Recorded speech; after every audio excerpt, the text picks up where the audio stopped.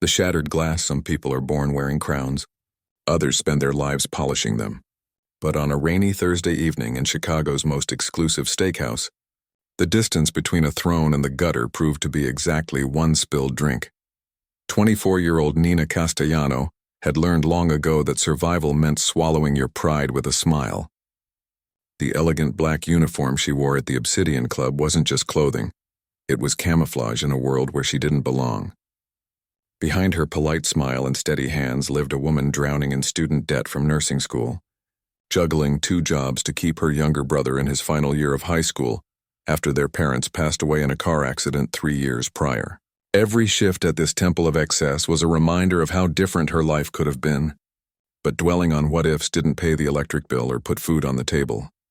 The restaurant hummed with the quiet symphony of wealth, crystal clinking against fine china, hushed conversations about mergers and summer homes in the Hamptons, the subtle rustle of designer fabric worth more than Nina's monthly rent. She had been working here for 18 months, long enough to recognize the regulars, the generous tippers, and the ones who treated servers like animated furniture.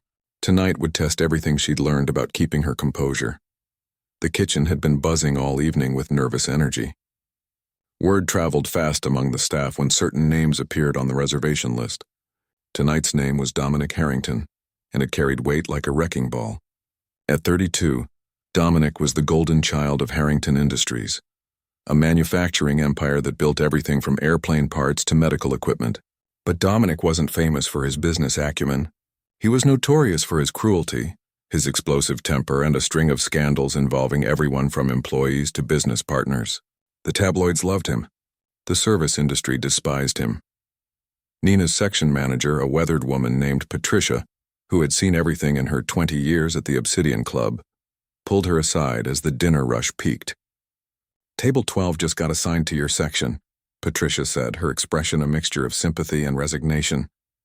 "The Harrington party? 4 guests. I can try to reassign if you want, but we're slammed tonight." Nina glanced across the dining room at table 12, positioned prominently in the center where everyone could see and be seen. She thought about the overdue payment notice from her brother's orthodontist sitting on her kitchen counter.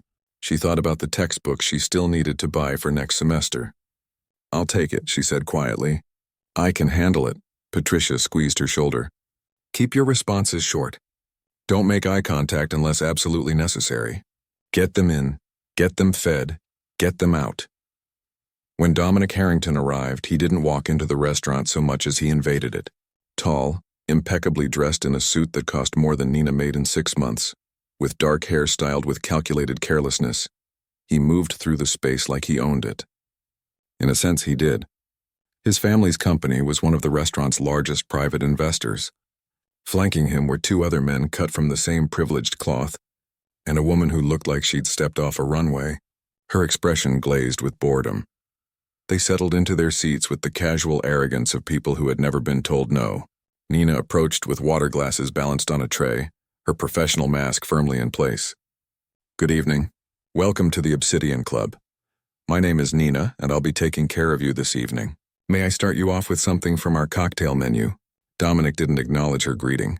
He was scrolling through his phone, his thumb moving in lazy circles across the screen. One of his companions, a man with slicked back hair and an expensive watch, smirked up at her. "We'll start with a bottle of your Pappy Van Winkle 23-year. And don't take all night about it." Nina nodded. The bourbon he'd just ordered cost $800 a bottle. "An excellent choice. I'll have that right out for you." As she turned to leave, Dominic's voice cut through the air, sharp and dismissive. "Wait." She stopped, turned back. He finally looked up from his phone, his eyes scanning her with the same interest someone might show a piece of furniture. "You're new." "I've been here about 18 months, sir." You don't look like the usual caliber we get here." His friends chuckled at this. Nina felt heat creep up her neck but kept her expression neutral. "I'll get your bourbon, sir." The rest of the evening unfolded like a slow-motion disaster. Nothing Nina did was right. The bourbon wasn't poured correctly.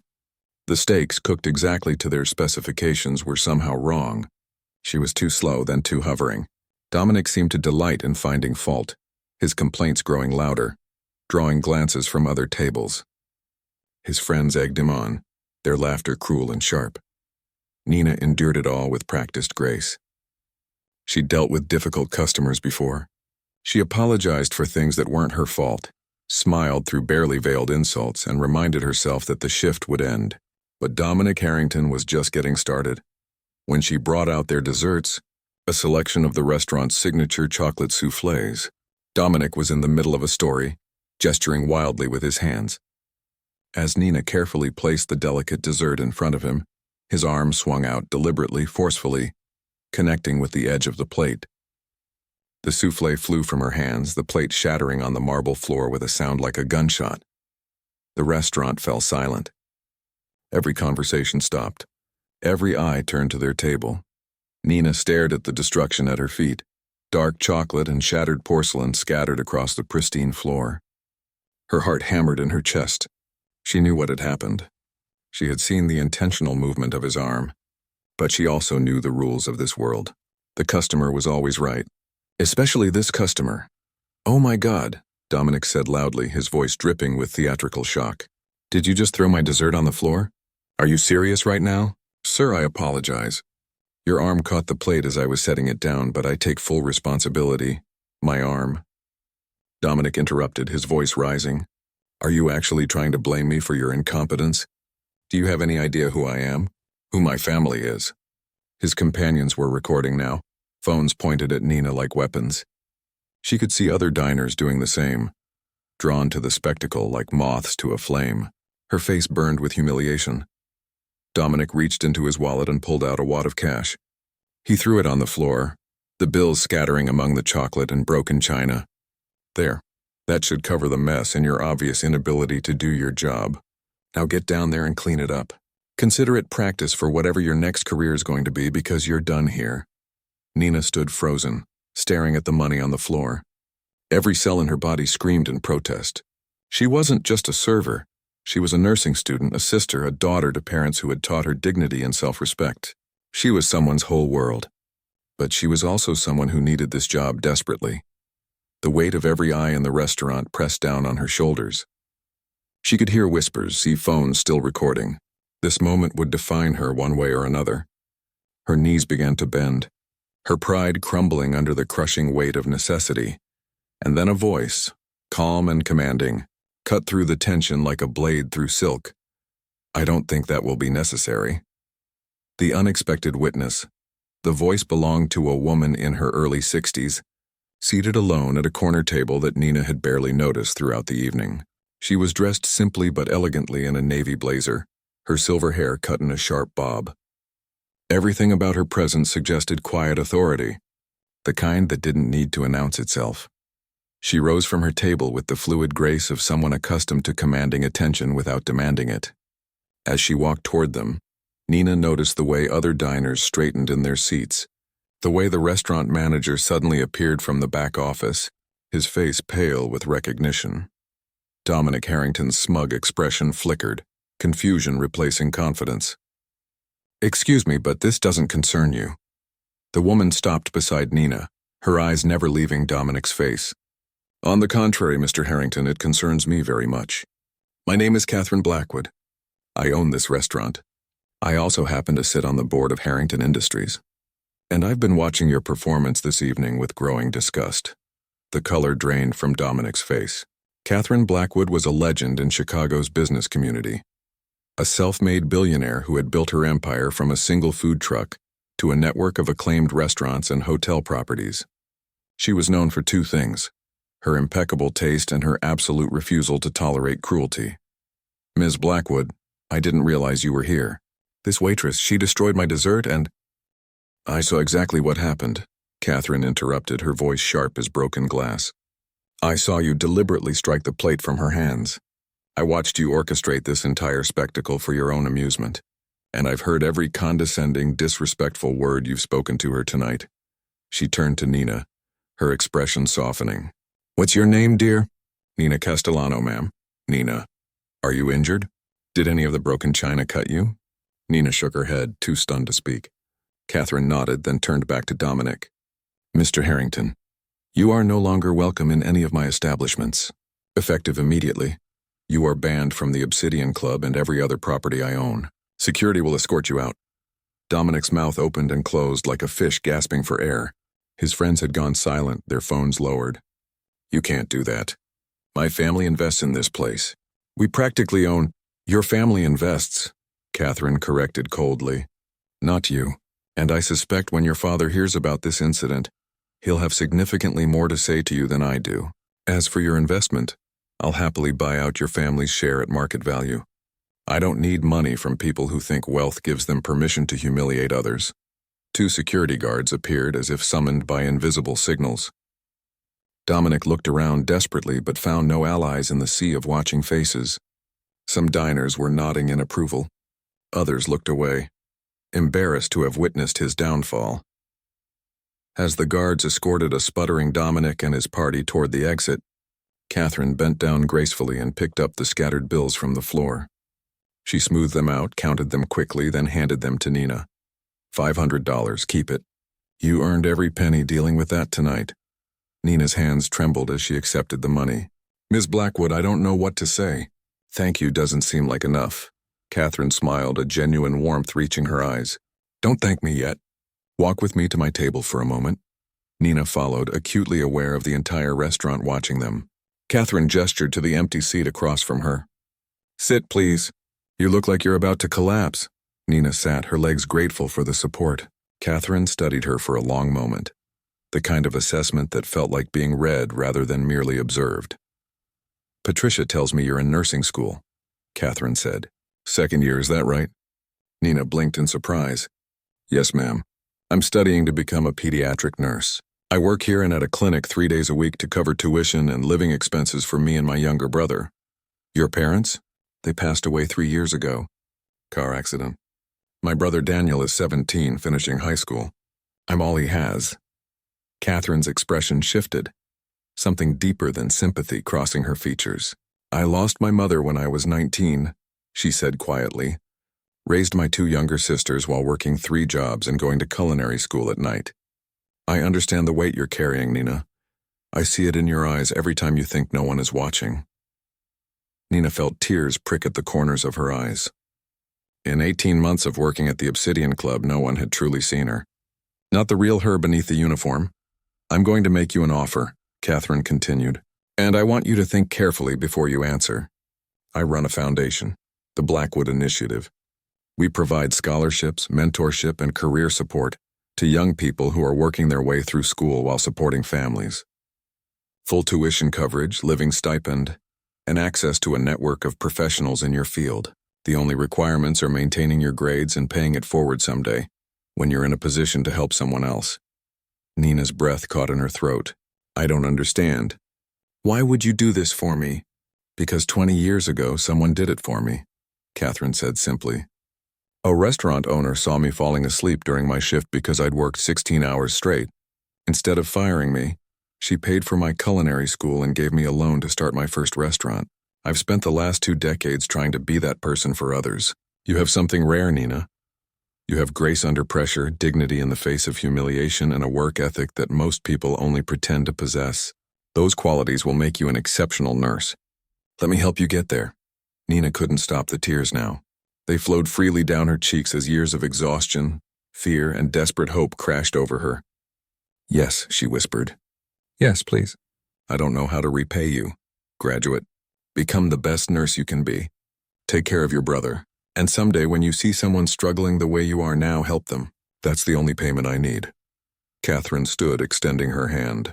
Nina took it, feeling the firm, warm grip of someone who had fought her own battles and emerged victorious. Take the rest of the night off. Come to my office Monday morning at 9. We'll get the paperwork started. And Nina, hold your head high. What happened tonight wasn't your fault, and you handled it with more class than most people could manage. You should be proud. As Catherine returned to her table to collect her things, Nina sat in stunned silence. Around her, the restaurant had returned to its normal rhythm, conversations resuming, the drama fading into memory. But for Nina, everything had changed. The impossible weight she'd been carrying had suddenly lifted, replaced by something she hadn't felt in 3 long years.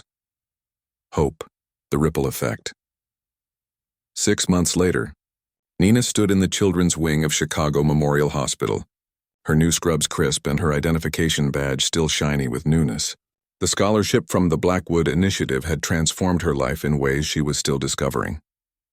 With her tuition covered and a living stipend that actually allowed her to sleep more than 4 hours a night, her grades had soared.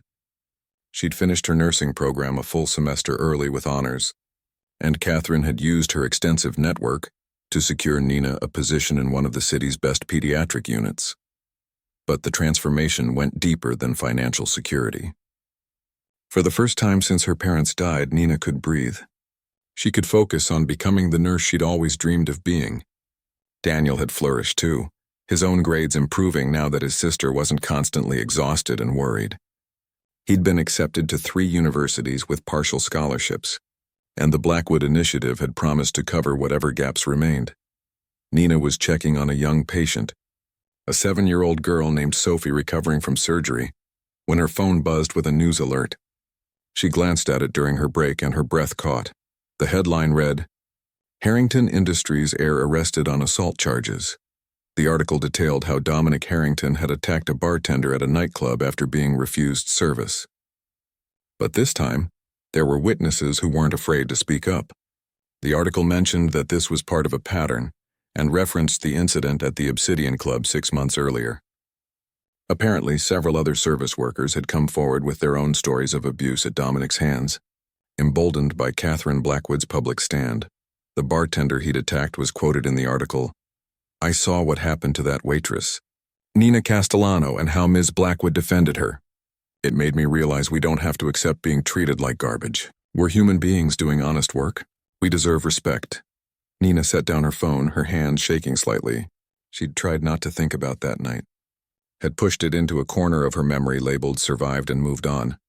But seeing it referenced now, seeing how that moment had given others courage, filled her with an emotion she couldn't quite name. That evening, after her shift ended, Nina drove to one of Catherine's restaurants, a cozy Italian place called Rosemary's. Catherine had told her she was always welcome, that she'd always have a table. The hostess recognized her immediately and led her to a private corner where Catherine was reviewing menus with her executive chef. Catherine's face lit up when she saw Nina. "This is a wonderful surprise. Sit, please. Have you eaten? Chef Marco is testing a new risotto that will change your life." Nina sat, accepting a glass of wine and a plate of the promised risotto. For a few minutes, they simply talked like friends. Catherine asked about the hospital, about Daniel, about how Nina was adjusting to having a life instead of just an endless series of survival shifts. Then Nina brought up the article. "I saw the news about Dominic Harrington." Catherine's expression grew serious. "Yes, I wish I could say I'm surprised, but men like that rarely change without serious consequences. The difference this time is that people are speaking up. What you endured that night and how you handled it with such dignity, it resonated with others. You became a symbol of something important." "I didn't do anything special," Nina protested. "I was just trying not to get fired." "That's exactly what made it special," Catherine said gently. "You were vulnerable, powerless in that moment, and you still maintained your humanity. You didn't lash out, didn't create a scene, didn't give him the satisfaction of breaking you. That kind of strength under pressure is rare. And when I stepped in, when I showed that someone with power was willing to use it to protect rather than dominate, it created a different kind of moment. It showed people that the system doesn't have to favor the cruel and wealthy, that sometimes justice actually happens." Nina felt tears building again, but these were different from the ones she'd cried that horrible night. These were tears of understanding, of realizing that her pain had somehow become purpose. "I want to do more," Nina said suddenly.